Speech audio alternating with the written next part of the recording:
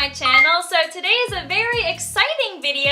I'm here with the fabulous Chelsea Pearl, and we're gonna be doing a mukbang contest prep or healthy food edition. So in this video, we're gonna talk about a couple of things such as an update on my contest prep, dating stuff, YouTube drama, and just being a content creator. So without further ado, let's go ahead and get into this video. I thought I'd figure out talking a little bit about contest prep. I announced 2 months ago that I am back on contest prep working on my second show. So exciting. I know nothing about that world, but I've had a couple friends compete in the past.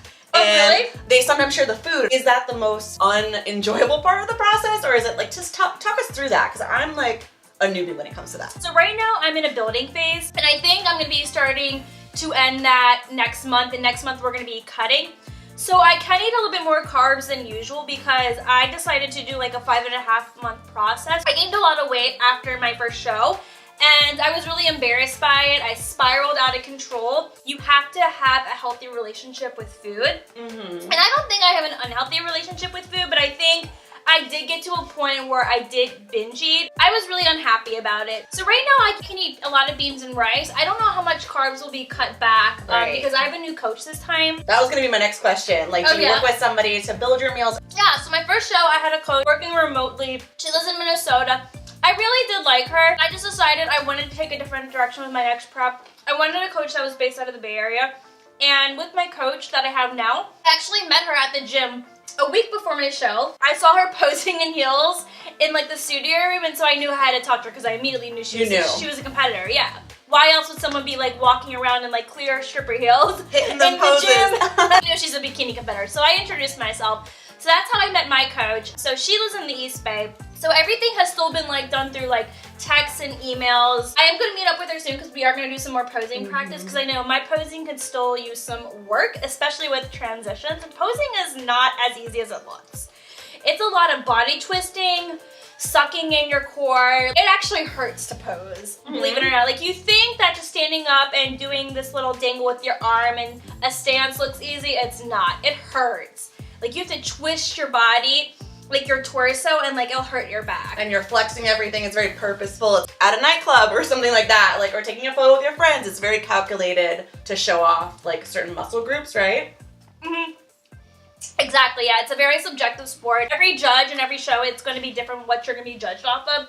From what my coach has told me, that the judges for this show that I'm doing in August, it's in Sacramento, she was saying that the judge prefers a harder look. And I know that's going to be something that I struggle with because my genetics are shit. I mean, thankfully we have a lot of time to cut and, make these tweaks. So I can look good for these judges because they're going to want to see, I guess, more ab definition, more muscle definition. The shows that I did last year, that judge prefers a softer look. So every judge is going to be different, right? Do your research, right? Yeah, and it's funny, I don't know how she knows this. I guess it's because she's just building connections with these people. She's been competing for a while, I really trust her. And she's also a vegetarian like I am. So I think having a vegetarian coach really helps. We can relate to each other, and she's able to give me a diet that works with my weight loss and competition journey. So that was another reason to why I wanted to go with her, just because she's also a vegetarian. She gets it. To build you meal plans that are bland and boring. Right. Yeah, I mean, I'll say this isn't the most exciting meal that I'm eating now. Your style looks way more exciting than mine. It's not driving me crazy right now. It's also still really early in the process. I still have about 3 months to go, or I should say 3.5 because we're halfway in May. My show's at the end of August.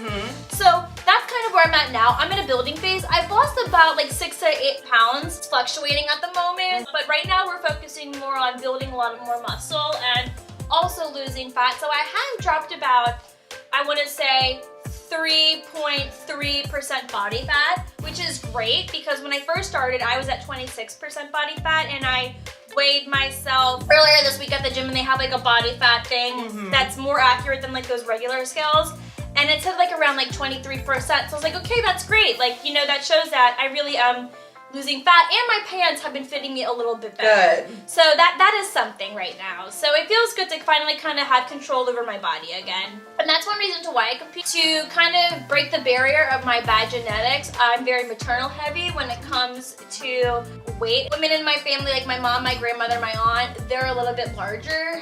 And I don't want to be like that when I'm in my 50s. Like, I still want to look good and feel good and have muscle. It's not just about vanity. Like, I also, like, my family, I had a terminally ill parent. I want to eat healthy or somewhat healthy so I can live a long life, you know? Yeah. There's nothing wrong with doing it for that reason as well. Kind of like an update about contest prep, kind of where I'm at now. I go to the gym about 5 days a week. Every day is different. I work on some sort of different muscle group. Cardio is about 25 minutes right now. This week it's starting at 30 minutes. She raised my cardio, which is fine. I mean, 30 minutes of cardio isn't bad.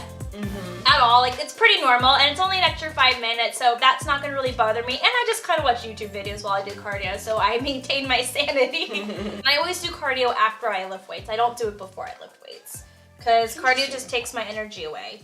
Interesting. All right, talk us through what you're eating today.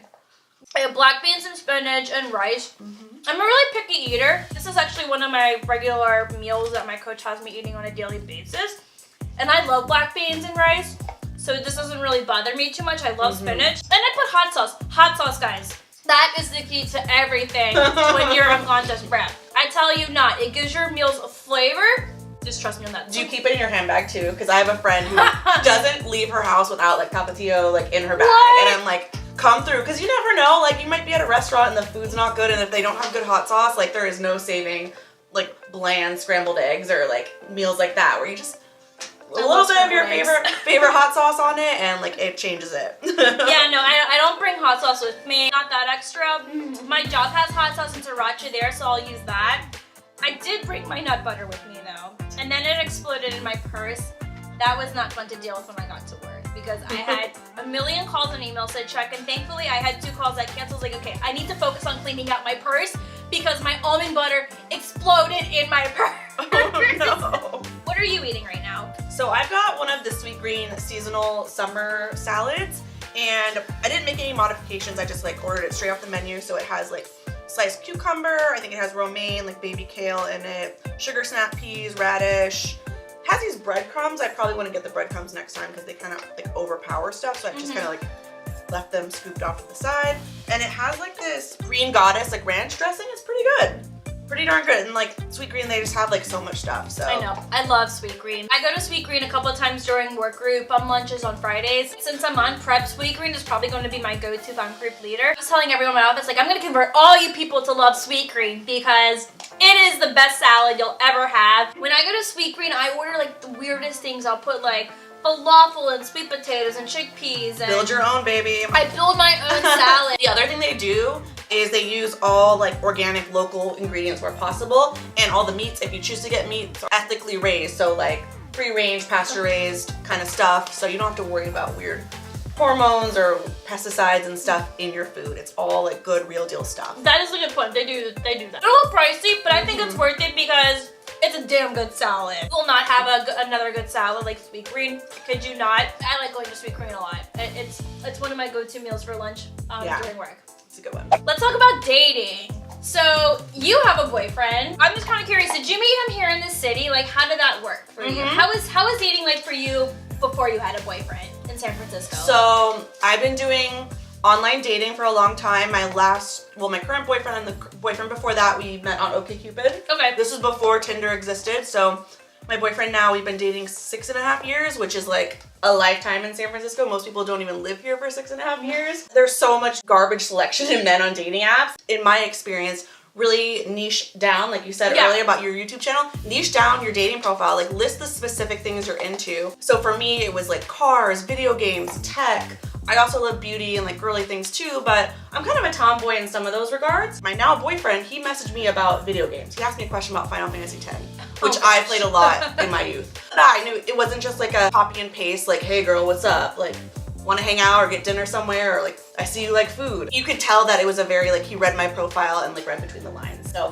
I think if I was to start over today, just making your profile as individual as possible and list things that people can quickly, immediately connect to, because if there are fundamental things in your life that people can't connect to, like, don't waste your time. Definitely my boyfriend, we're kind of a yin and a yang. He's originally from the Midwest and we're both in San Francisco. We met here. Yeah, it's been good. He's a very private person, so you won't really see him on my social media, but he's a great guy. I think that's great that you were able to like find a boyfriend here in San Francisco. It's really hard because there's so much Peter Pan syndrome in the Bay Area. Adults don't want to grow up. We like to have fun. We still like to do things. We like to dress up. Beta Breakers is coming up. It's tomorrow. I'm not participating. People like to dress up and drink excessively and get drunk for it. I also can't really drink a lot with what I'm doing right now. A lot of people here are very career driven and all they care about is their career. I actually just changed something on my Hinge profile. I'm looking for someone who keeps it classy, is very confident with themselves, and they don't let their jobs take over their life.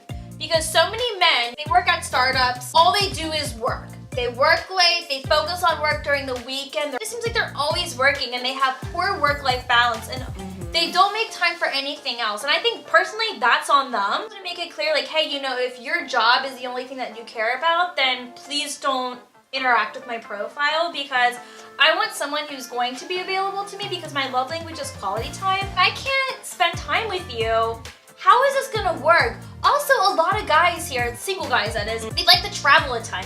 And I hate it when guys put on their dating profiles like, oh, I love travel. Travel's all I care about. Okay, well, if you start dating, will you take me with you? I like traveling too. I mean, who doesn't like traveling, right? Right. A very unique qualifier. Exactly. Why are men always putting this? Like, it doesn't make you sound unique at all because everybody likes to travel. It just makes it seem like you're never going to be available. So why are you on a dating app when you're never going to be available for a person? So that's one thing that I hate about the men in San Francisco is what they post saying, oh, I travel. I go to a different country every month. I'm like, okay, cool. So you gonna plan on bringing me? Because I want to travel too. Yeah, maybe instead of that, just saying like, I love spending weekends snowboarding in Tahoe, or I love surfing down in Pacifica or Santa Cruz. Like naming those specific things. Maybe you have an interest in surfing or you want to learn to surf. That's a quick thing that, you know, you share probably some kind of passion, or at least you have something to talk about on your first date. I've had so many bad first dates in the past where like, you get there and the profile is very generic and you don't really have anything that's standing out. Like, what the heck are you gonna talk about, you know? Exactly. When I introduce myself or a guy introduces himself through the text once we match, let's talk a couple sentences. Okay, boom, now let's go get coffee or a drink or whatever. We can talk about it even more because you wanna have something to talk about on the date, right?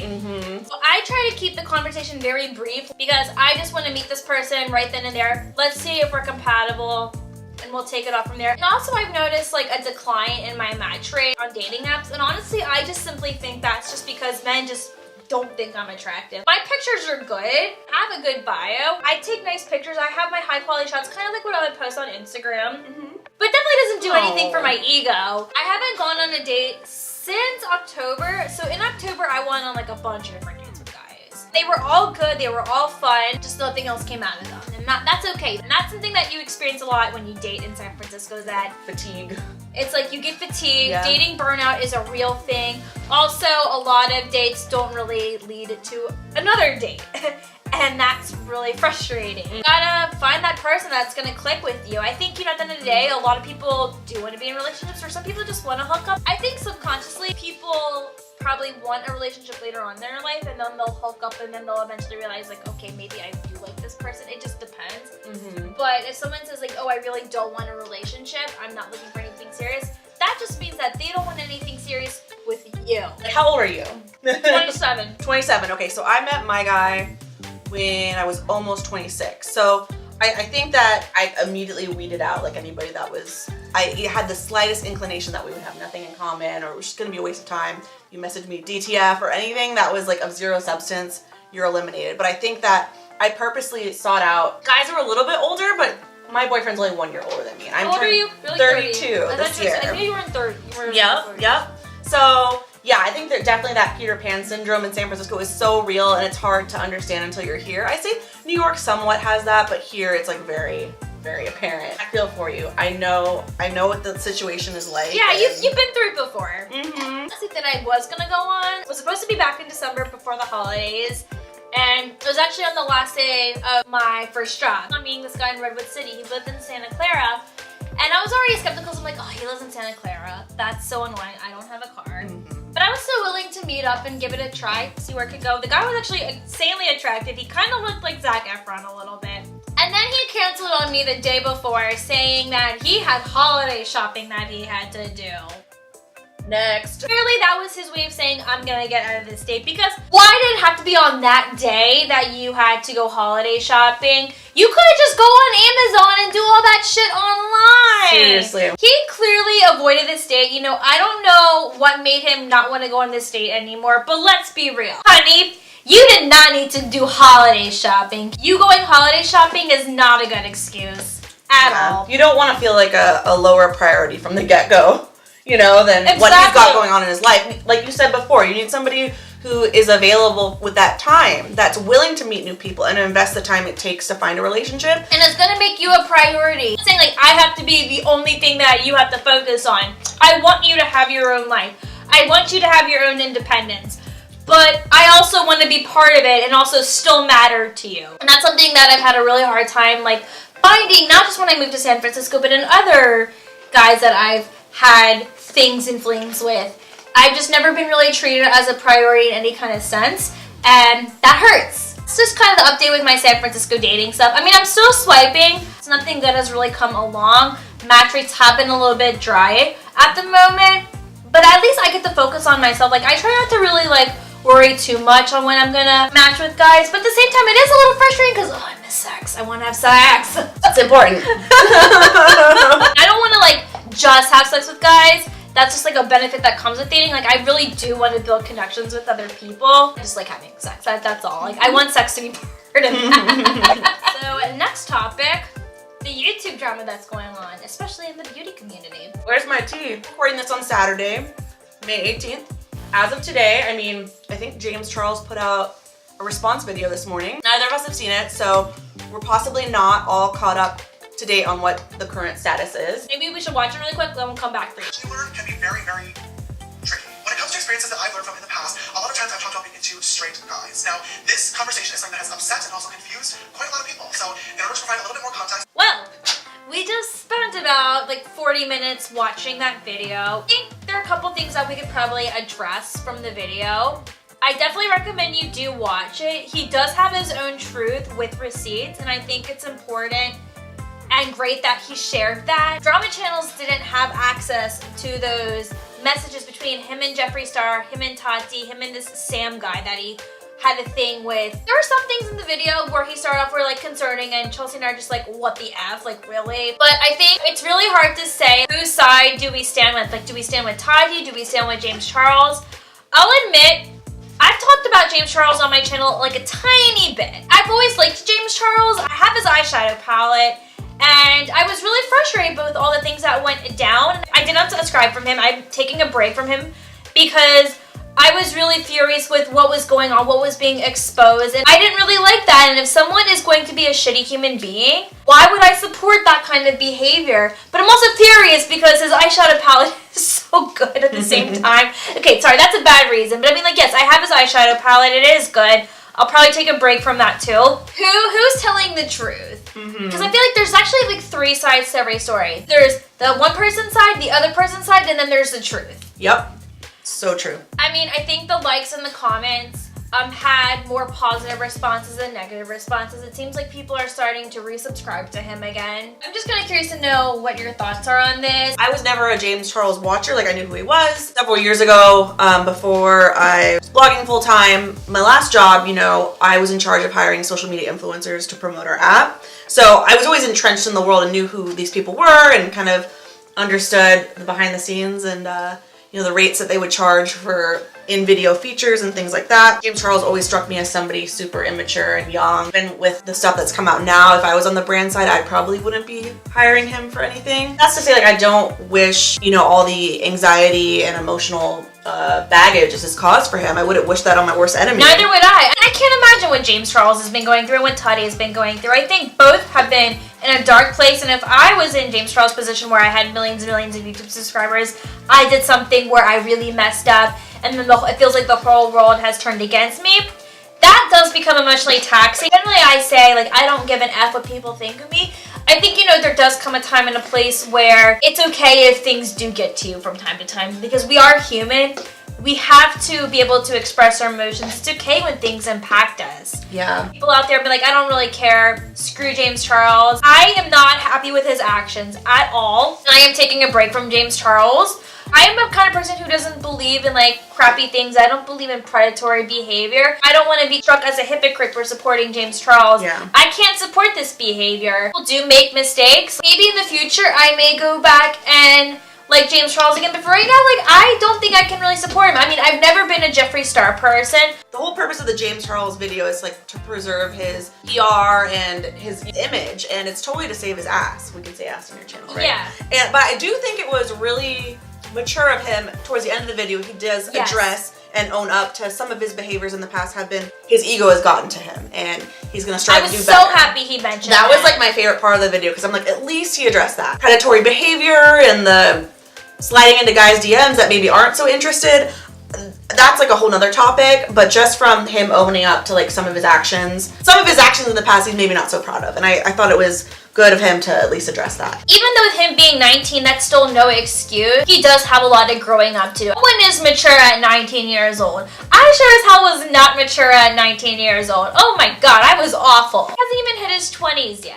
And he has so much to learn. He has a whole nother thing coming up in his life where it's one day he hits his 20s, it's going to be a whole new world for him. He's no longer going to be a teenager. You're going to learn so much over time, especially in your 20s. 20s is the growing period. If you think you're growing at 19 years old, just wait till you hit your early to mid 20s, because you will see some things and you will learn some things about people over time. And I know I've had those significant experiences and things that I've learned and I've addressed on my channel and I've addressed on my Instagram. The first step in trying to make a comeback and making a good name for yourself is owning up to your crap personality or the crap actions that you're doing. Yeah, it's very apparent that he kind of got carried away with the glitz and glamour of LA and the lifestyle down there. I know because I've witnessed it in jobs and people I know and stuff I've done in my past in a work scenario, and I totally have seen it get the best of some people. After all, we're just sitting here in a bedroom recording a video. We're not like James Charles where he's like selling out these fan meet and greets. That's a whole nother different level. I'm still at the point where I don't even call myself an influencer,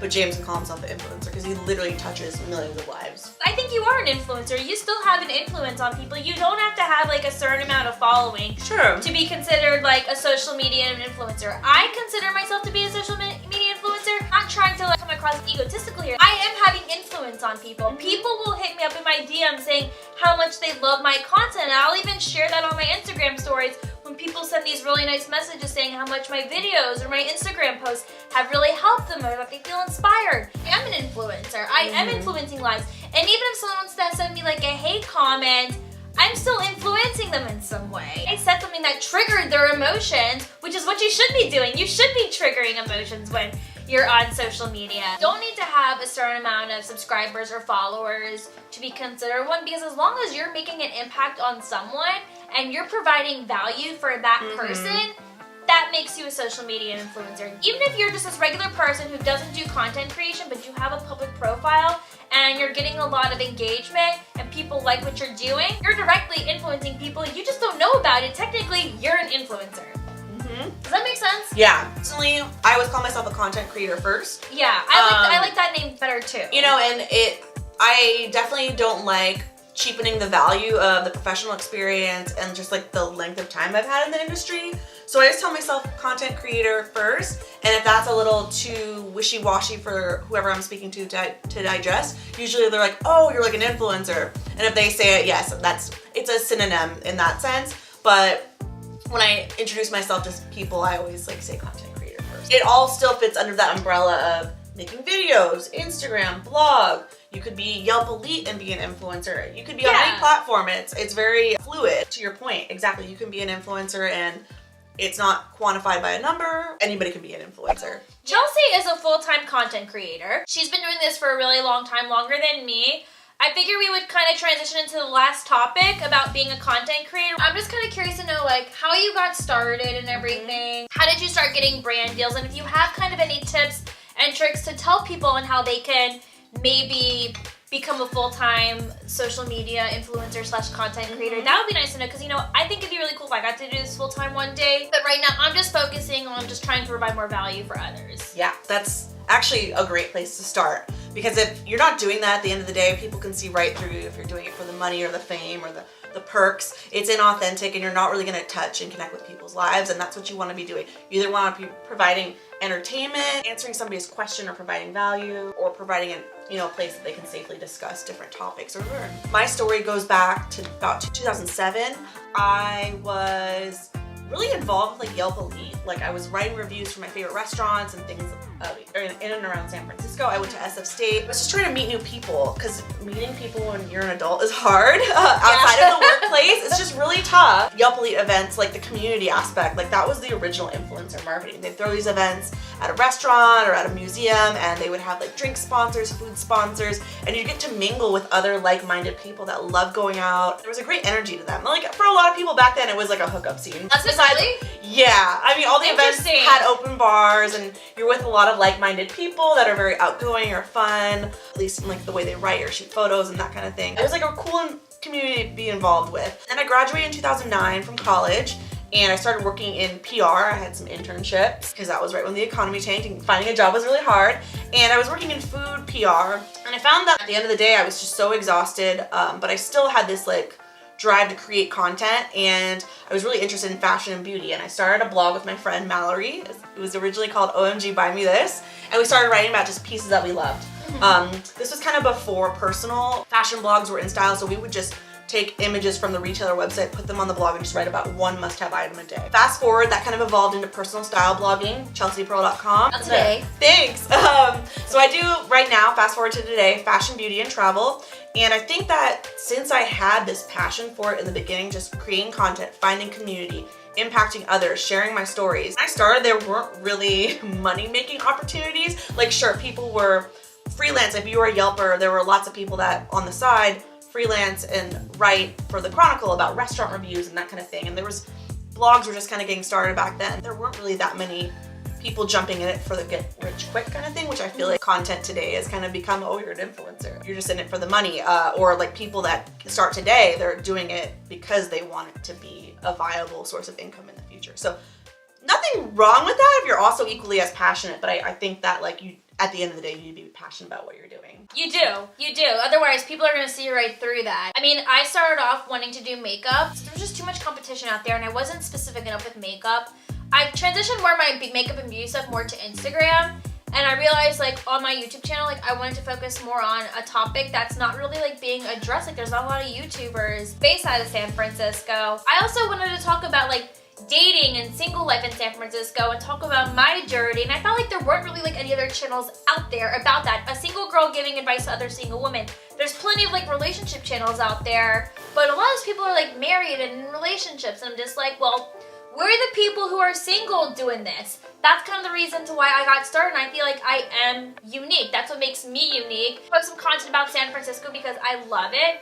People know that I love it, and that makes me authentic, and I bring value to people. Yeah, and you found an underserved niche, right? Exactly. You look for this content, it wasn't there, and you're really passionate about it, and you never know, sharing your story might impact other people. And of course, stuff that you teased over on your Instagram, if it's doing well over there, you might want to try on another channel, because chances are, especially with dating, like you have stories to tell. Yeah. Video is a great format for that. Yeah, absolutely. I see plenty of dating stories that blow up on YouTube because people are interested in that. I did a video on what dating in San Francisco has taught me. That video is so long. It's evergreen content. Like people are still watching that video and commenting on it. It's still relevant. That's kind of what evergreen content is. So people are still watching that video and getting valuable information out of it.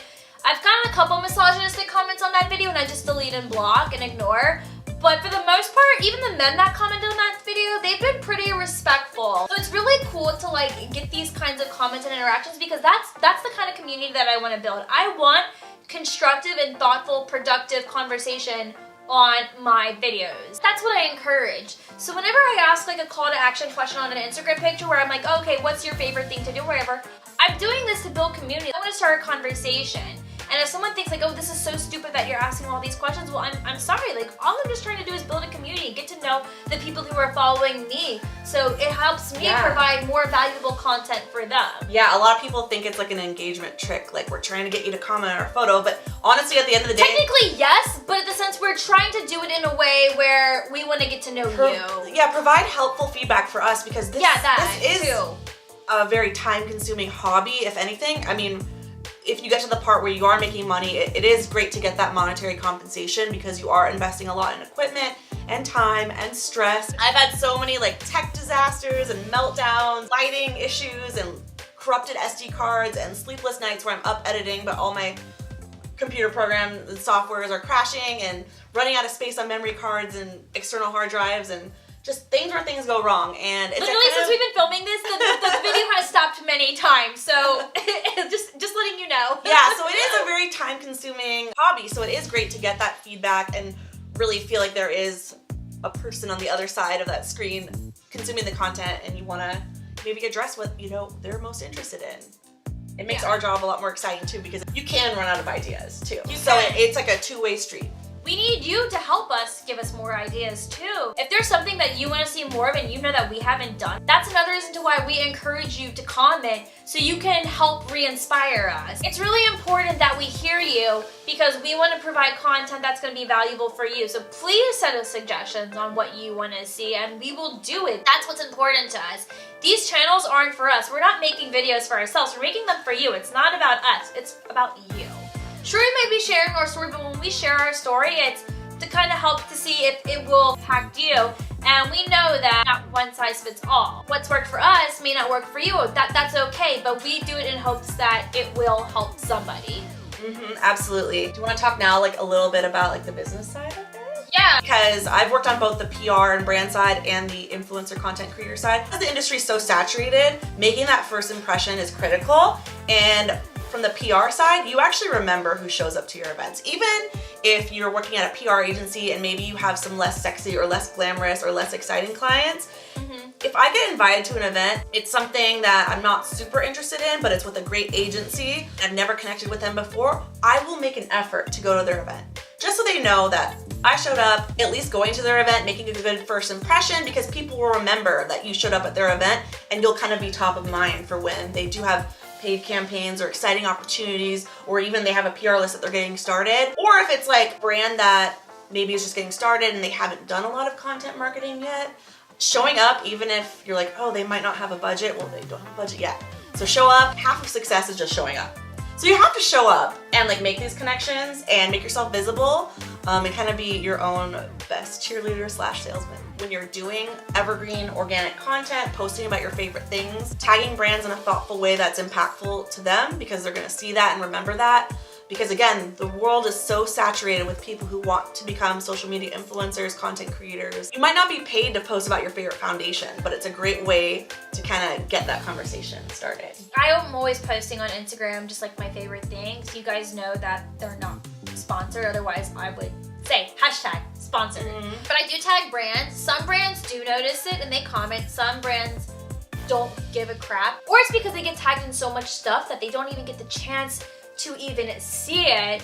I was really excited when Fashion Nova acknowledged something that I tagged and they commented, and that was so exciting because a brand like Fashion Nova with millions and millions of followers acknowledging the post, liking the post, and even commenting on the post, that was really exciting. My face has been shown to the people who are managing that Instagram page, and maybe somewhere later down the road I could maybe want to work with Fashion Nova in the future or another brand. And I think that's really exciting. Even Tatcha has acknowledged stuff and they've commented. Juice Beauty has done the same thing. It's really exciting when these big, well-known brands with a huge following recognizes your content. Juice Beauty watched my video on San Francisco Bay Area beauty brands you need to know about video, and they commented on it. They are on it. It was really exciting. I don't know how they found the video. Maybe it's because I promoted on Instagram and tagged them, and then maybe they actually went and ended up clicking on the video. But they commented on the video, and that was so freaking exciting.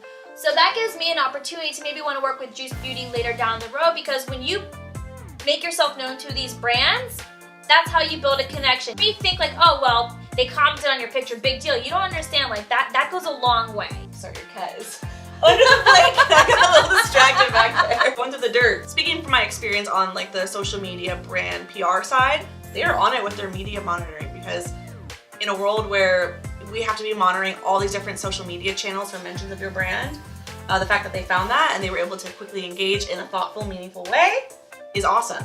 And again, providing value, that's what it goes back to. And you're mentioning Juice Beauty in a really interesting context because it's not just like somebody rattling off their favorites. It's kind of like San Francisco beauty brands, Bay Area, providing more of their story. And I think that's really great versus saying like, this foundation's bomb. Like, that's one of my pet peeves.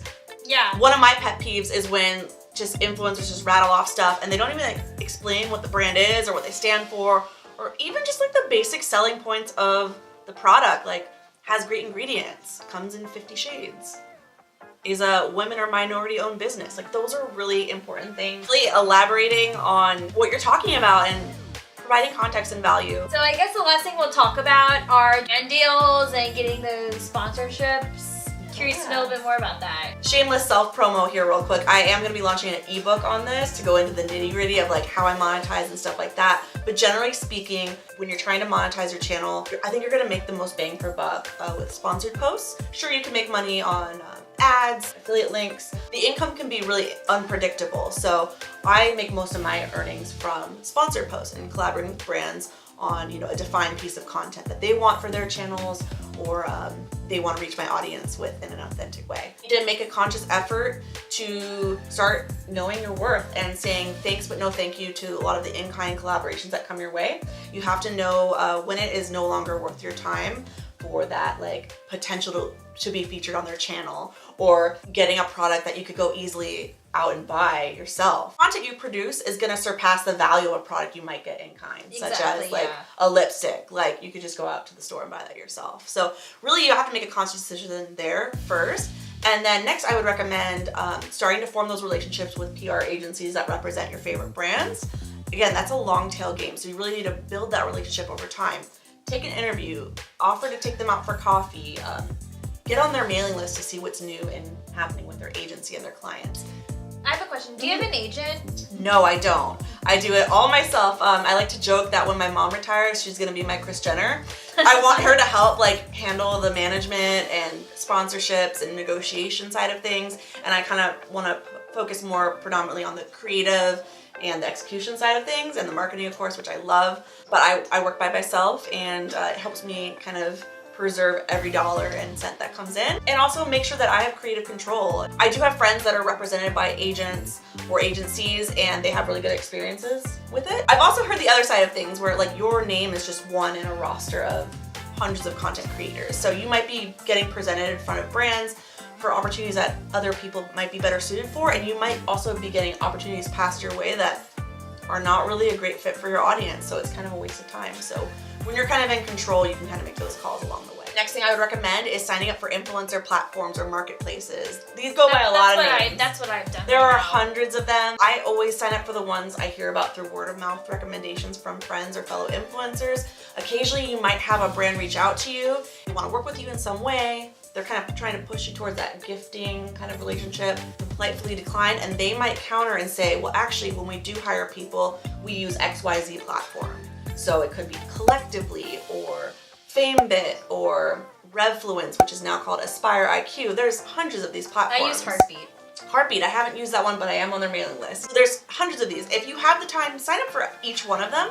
Authenticate your socials if it's done in the right way. Be careful who you provide your account credentials to, because there are some phishing scams going on out there, but the ones I've listed are generally pretty reputable. I can obviously only speak to my experience. A lot of them will try and just get you to sign up so they can include your stats in their vanity metrics, so they can turn around to an advertiser and say, we have a network of 1 billion followers in our network of influencers and their channels, and they might not actually provide any cool campaigns that you can apply for. Spend some time researching the different agencies and seeing what other people have been using. Oftentimes they'll tag the agencies or the platforms they've worked with in the posts, so keep an eye out for that. I don't do a lot of sponsored content on Instagram because I only want to promote things that are authentic and true to myself. I think it was really exciting when I did get a brand deal through Heartbeat with Tinder.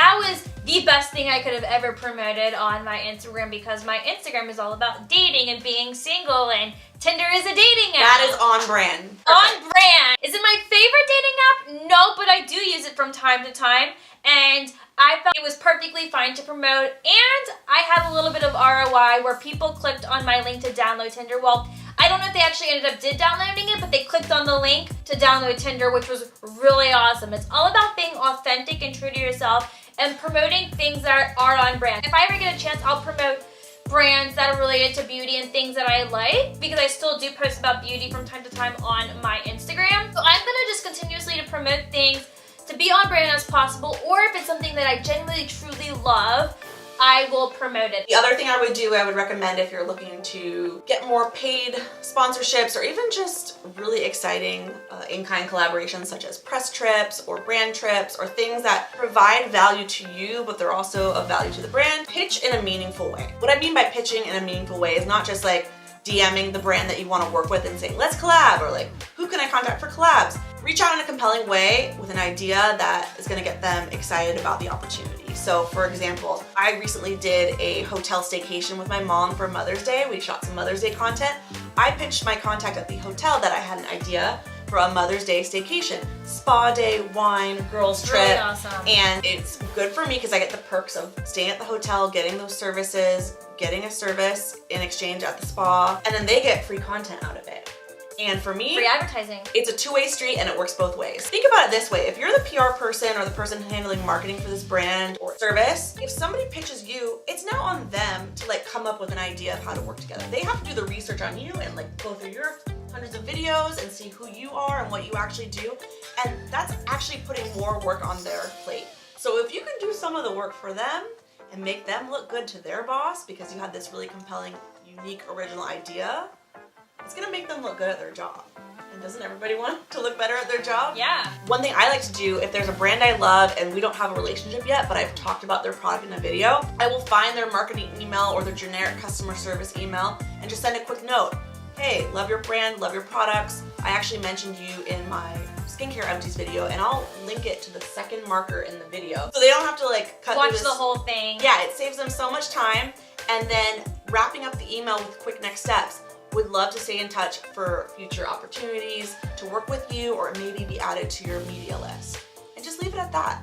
You can follow up in a week or two if you wish to. Sometimes with big companies, this can get lost in the shuffle. You can then go on LinkedIn, try to find the appropriate contact person for your message and who you want to talk to at that company, but just doing the work for them so they don't have to like sift through all your content and getting thousands of DMs a day. So just make their job easier. Absolutely, yeah, I agree with that completely. I've been pitched to a brand in a really long time just because I haven't really been focusing on sponsorships, even though I do want them. But as of right now, I'm just relying on these influencer marketing platforms to now, and I'll just kind of passively look for opportunities as opposed to actively looking for them. Should always be doing both passive and active. But right now, because my focus is on my brand and just building it, and then I will be pitching like crazy because there are so many brands that I really want to work with that would be great for my platform. And I know that I would be able to authentically promote it.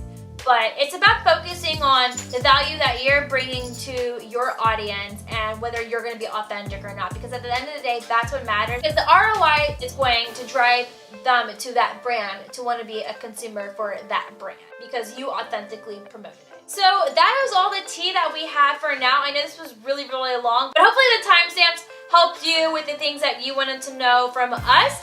Also, make sure you subscribe to my channel as I post videos every Monday. And make sure you check out the video that we did on Chelsea's channel where we talk about our current cruelty-free beauty favorites, and make sure that you subscribe to her as well. She posts a lot of cool videos about like cosmetic procedures and beauty and travel videos. Check it out. Also, and if you liked this video and you learned a lot from us, make sure you give it a thumbs up, and I will see you guys in my next video. Bye!